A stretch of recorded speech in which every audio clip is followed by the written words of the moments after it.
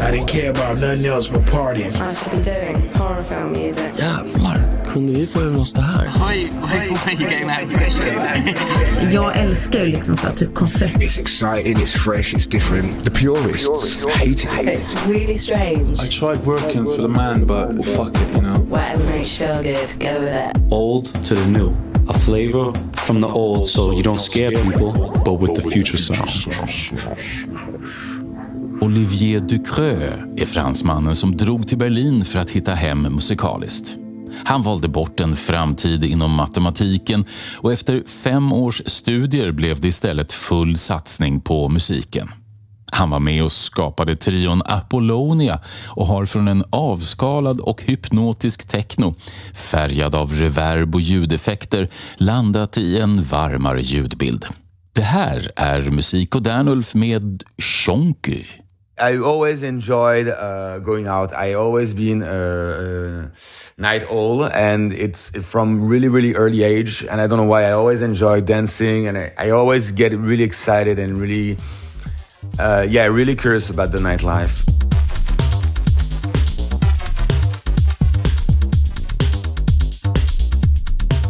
Hej Shonky och välkommen till musik och Dernulf. Hello, thanks for having me. I'm really good. Just back from an amazing weekend. I was in Paris and in London. I was playing all night long with my friend Tromer in Rex Club and Fabric. So yeah, pretty nice weekend. Back on track. Back in Berlin and getting ready for another one really soon. So all good.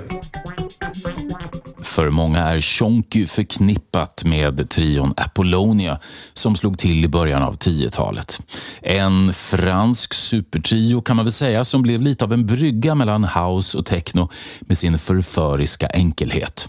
De andra 2 medlemmarna i Apollonia har spelat en mycket stor roll i Shonkys liv och gör så fortfarande. Vi tar det från början.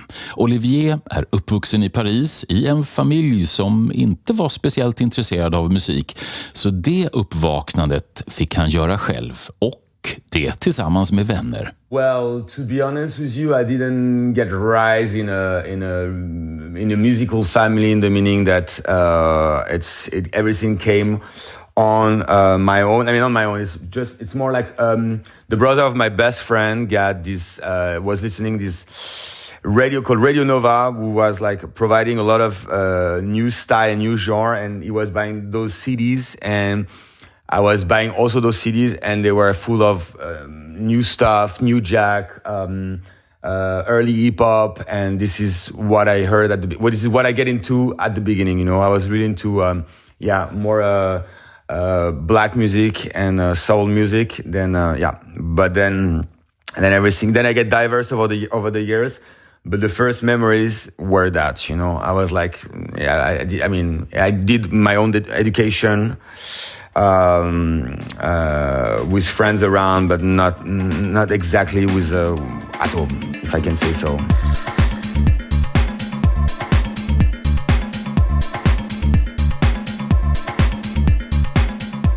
Ganska snart blev det tydligt för Shonky att han inte fick nog bara genom att lyssna på musiken, utan han behövde något mer, och efter tips från vännerna så blev det tydligt att det fanns mer att upptäcka. En värld av klubbar där man välkomnades om man så var beredd att anstränga sig lite extra. Yeah, I mean, I always enjoyed going out. I always been night owl, and it's from really early age, and I don't know why I always enjoy dancing, and I always get really excited and really really curious about the nightlife. I guess I was like stupid, but I was in a boys' school with a uniform. Then I was going to the Boy Scout on the weekend, and I don't know, perhaps like I needed this escape. I mean, don't get me wrong, it was not a tough childhood, but I don't know, I was really curious to discover this, and from a really early age I always wanted to go out, always. And when I get around my 15, 16 years old, I was going out in clubs where they used to have like a part electronic and a part hip hop. So it was like they were playing electronic and hip hop during the same night. You know, it was like diverse. and I was going always with my friends. I was going there with roller skate because it was really far from my house in Paris. Really far, yeah. And then I was enjoying till the last minute. And then what happened is like in 98, when I when I was 17 years old, I went for the first time in this club called Les Bains-Douches, which was like a famous club in Paris, which was mixing like electronic music, celebrities. It was really, really popular, but it was really hard to get in. And the trick is that they had this restaurant where you could go to the restaurant and you could access to the club more easily. If you were going to the club, I was looking too young. So the first time is that we went there with my best friend and we were like wearing a suit and we went to the restaurant. And then after we had access to the club and I get to the club and it was like a revelation. I say, wow, I belong to this club. And from this point, I started to go there every week. And the week after it was a mix of suit and eccentric people, young and older people. It was a really, really mix, a nice blend with electronic music. And from this, I decided to go every week. And the week after, I went there and I was wearing eccentrics. I was having a fake piercing, like orange glasses, whatever you can add. And when I arrived in the club, I went to the clock room and my friend, and Dyed, which is my best friend and my partner with Apollonia, was working at the clock room. And he gave me those passes called Dress to Kill. And he told me, with those passes, you can get into the club for free. And I said, wow, what should I do? He told me, you need to wear eccentric clothes. And if you wear eccentric clothes, you will get in for free. And this is how I get into the club every week. I was bringing always friends of mine because I didn't want to go there alone. And on top of that, I get closer to the edge.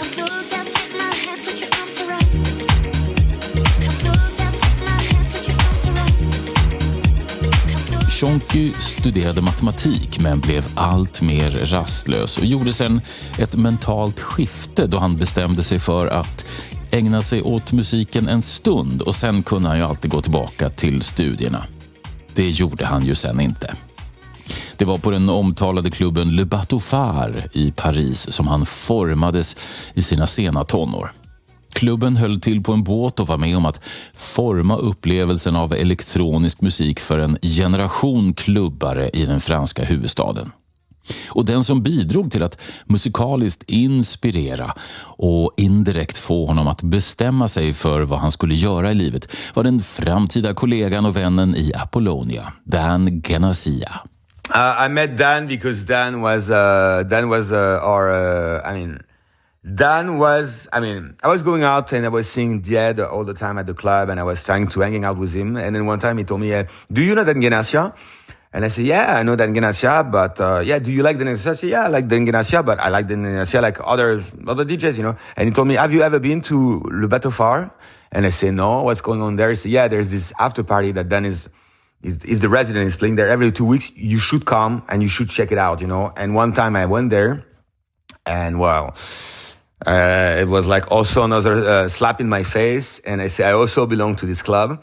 And from this day, I was going there every 2 weeks, waiting for Dan to play. He became our favorite DJ. And yeah, that's the way we met. I mean, that's the way I get introduced to him. And then, more precisely in 2000, I was doing the promotion in Ibiza with Dyed, and the promotion for the party I was doing, Dan was the resident. This is where we get a bit more close. And then when we came back to Paris at the end of our time in Ibiza, he was playing at Bateau and we did an amazing party at Bateau, and then we did an amazing after party at my parents' place for 24 hours. They don't know about it, but yeah, that's why. Thank you, Dad and Mom, for this beautiful party we did, yeah.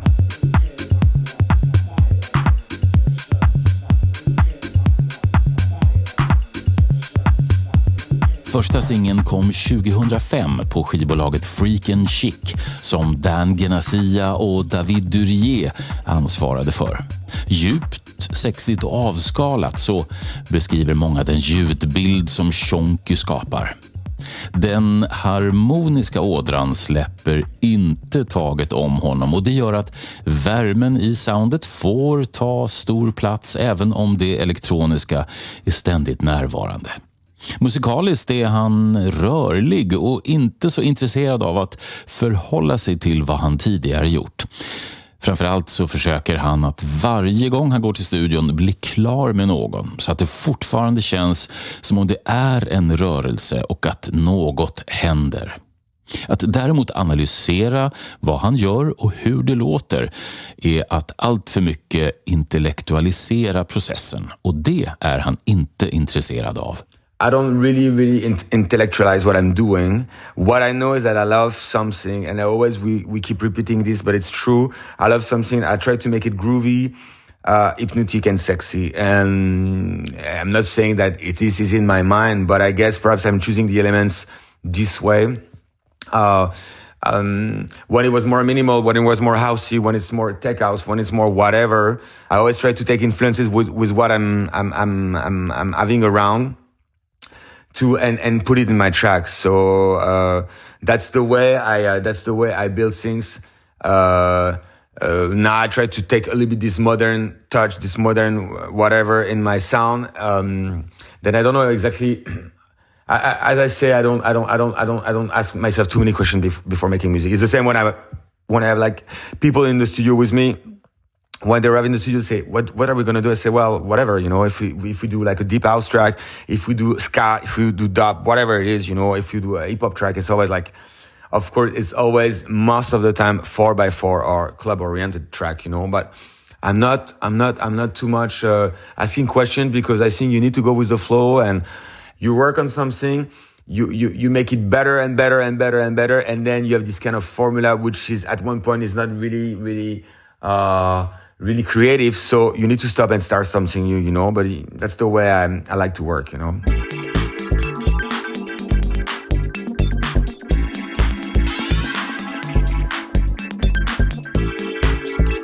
2008 kom debutalbumet Time Zero, och för honom var det avslutningen på en period, och han hade verkligen känslan av att nu skulle han påbörja något nytt. Här var det indirekt tack och hej till den avskalade eran som symboliserades av en fascination för ljudeffekter med tema rymd och elektroniskt dystopiskt blippande med långa reverb och ekon. Det var också här som han förberedde flytten från Paris. For me, it was the fact that I was doing a lot of this hypnotic and minimal sound, a lot of woo woo woo. That was like this is what I was using a lot, and I wanted also to close the chapter of this sound. It was also when I moved to Berlin, so for me it was a way of doing this album, finishing this chapter in Paris in 2007. This is when I finished the album, October 2007, and then I moved to Berlin. So for me it was just like, and from after this album I evolved and I changed my sound, and I didn't stay into that. So as I said before, when I'm in one touch, I like to practice more and more this touch.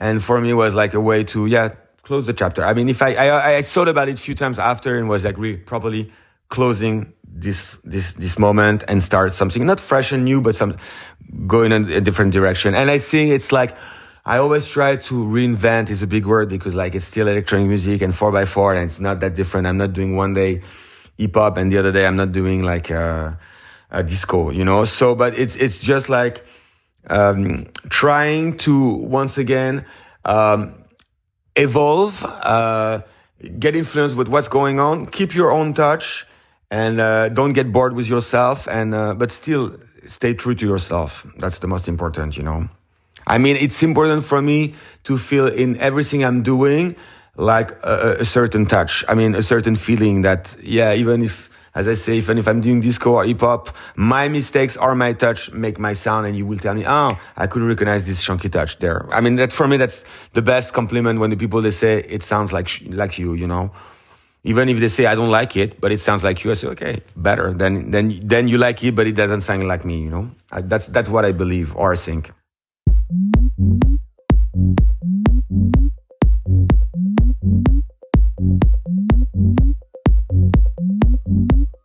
Det var efter flytten till Berlin som det hände. Det som var grunden till Apollonia fanns redan. Vännerna Shonky, Ghenacia och Dyed Soundorom hade känt varandra under många år men bara löst pratat om att de kanske skulle göra någonting tillsammans. Det blev ändå inte mer än att de spelade skivor ihop på klubbar runt om i världen. Men så, 2011, fick de en inbjudan som ändrade på allt. We get invited by Cassie at her birthday at Panorama Bar, and she gave us like 9 hours to play, and we decided to play together, the three of us together, and it worked well. And from this point, we say, yeah, well, it's nice. We enjoy it. We have been playing together for a long time. I mean, we have been playing in parties and after and whatever. I mean, we played together for more than 20 years. I mean, so it came naturally. We really started Apollonia at the end of 2011, sorry. That was when Cassie's birthday happened, November 2011. So, yeah, it went really naturally. And I mean, I'm happy that people liked it and get into it. And then we get more and more bookings, and it went gradually and better and better. And yeah, it's a beautiful adventure to be able to travel, DJ, and enjoy and make music with your close friends. It's great. It's a great feeling. So I touch wood that we can keep this for a while. But yeah, it's nice. It's nice. I'm happy that I'm able to make this happen. You know, we always say that it can be boring to be a DJ traveling on your own and solo artist, and it's nice to be able to do both. You know, I can do Shonky on my own, and I can also travel with my friends. So it's nice to, I mean, balance is the key in life, and I think it's also the key in this. You know, it's like if you're all the time with your friends, then you want a bit of solo, and if you're always solo, you want to be with your friends. So we found the balance, and I'm really happy about it. Yeah, it's really, really nice. It's cool.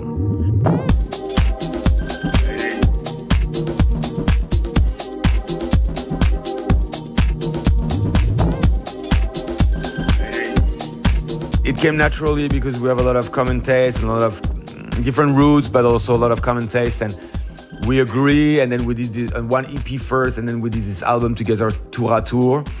And the guys came to my place. I was building a studio above my flat. I was starting the studio above my flat, and Dyed was still living in Berlin. Dan was coming with his wife for the winter here. So we spent a lot of time together. After the gigs, we were playing together in the gigs, and we were spending the week together.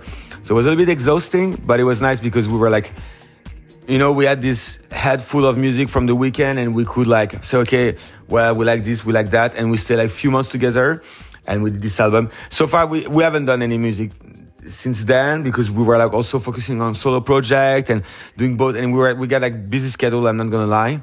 But it was a beautiful experience to have the boys with me. I think it was the winter 2013, 2014, when we were doing the season in Ibiza, and at the end of the season, early November, we start to work November, December till February or March, and then we had this album ready. Yeah.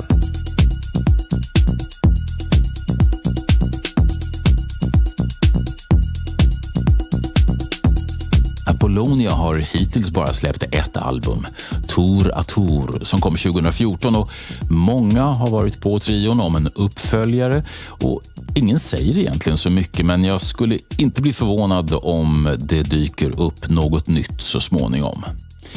Shonkys första produktioner var helt digitala, som det nu för tiden är för de allra flesta. Men han har långsamt men säkert ändrat strategi i det att han har övergått till klassisk hårdvara, syntar och maskiner. I studion så blandas äldre klassiska syntar, nya syntar och trummaskiner. I had to find another way to make music, in the meaning that I was using a lot of samples, and I get bored of it, you know, and it's the problem when you use samples, it was always this quest of finding samples, and I was like, I was getting bored of this way of working, and I changed completely my way of working, and I started to work only with gears, with no samples, only analog, and building a studio really fast and really big, and then I had to learn and I had to get into it. But now today, I have many things to learn, of course, but now I'm happy about the process. I go in the studio, I stay a few hours, and I have like one track, not ready, but one sketch ready, you know. So it's also like I had to evolve in the way I was producing music. And when you start a new method, especially when you start to work only with analog, it's getting faster after, but when you start, it's getting a little bit slower, you know, the process to record, the latency, everything is a little bit more hassle, you know, and then even though today's a hassle, I go to the studio and in a few hours I have something ready, you know, so I know more my setup, you know, it's important. Once again, I learn the rules and then I cannot break them too fast, but I will try to break them when I know even more the rules of the analog studio.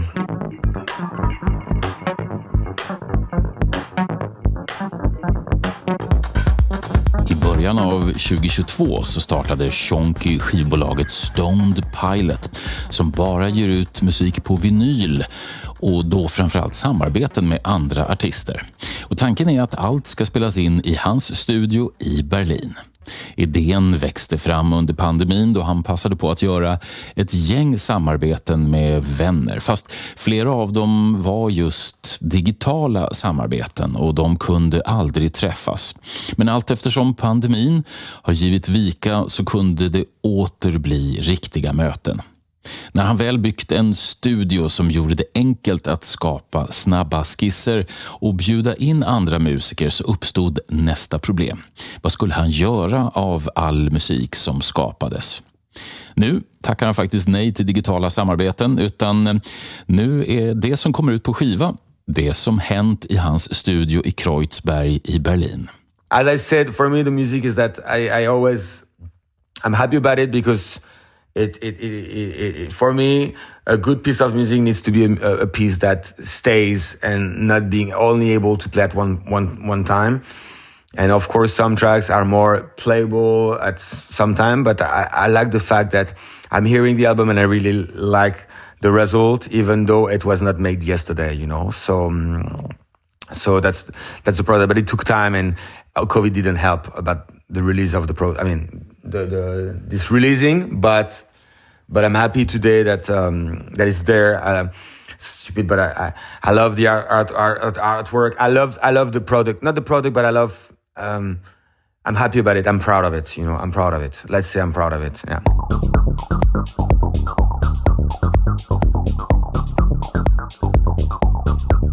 Att förändra sättet att arbeta handlar om att hitta nya vägar till kreativiteten och när den dörren väl öppnats brukar många säga att när det är hårdvara och maskiner inblandat så är det ett samlarbegär som är svårt att hejda.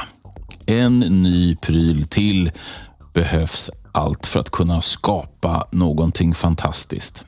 Shonkys album nummer 2 dröjde hela 14 år. En ansenlig tid för att snickra på uppföljaren On the Run. What I believe with album, you can be a little bit more free in what you're releasing. And let's say that EP are really club oriented. I'm not saying that don't get me wrong, it's still 4x4. And the purpose of the album was more to have like dance floor tracks. But it's a difference. There's more pads and a little bit more. It's a bit more darker or whatever, and it's not like this chunky ba ba ba ba ba. A little bit less, you know. And for me, it's more like a chapter.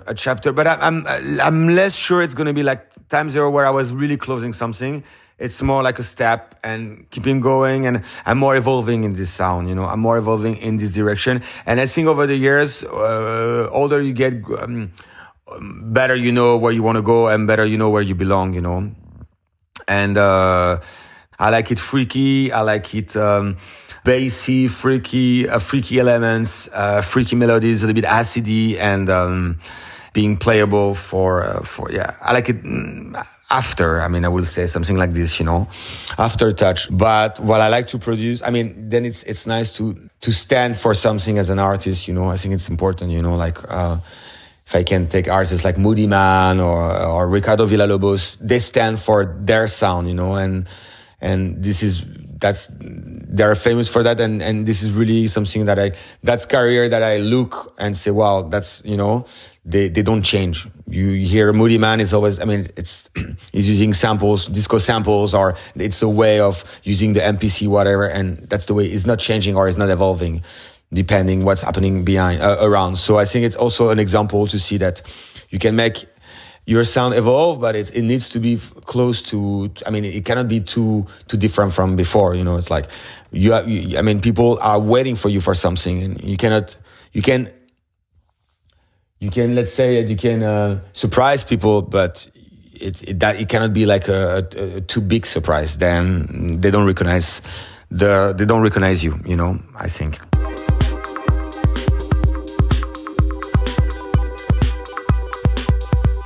Ja, det må ha tagit tid för Shonky att bygga studio och få klart album nummer 2, men det är tydligt att det här är en man som har driv, tempo och fler ord per minut än de flesta av oss. Han har energi och entusiasm och förhoppningsvis resulterar det i mer musik framöver. So Shonky, thanks for guesting musik och Dernulf. Thanks to you. Happy to be able to speak and try to explain a little bit what is it about my life or what I like to do. Yeah.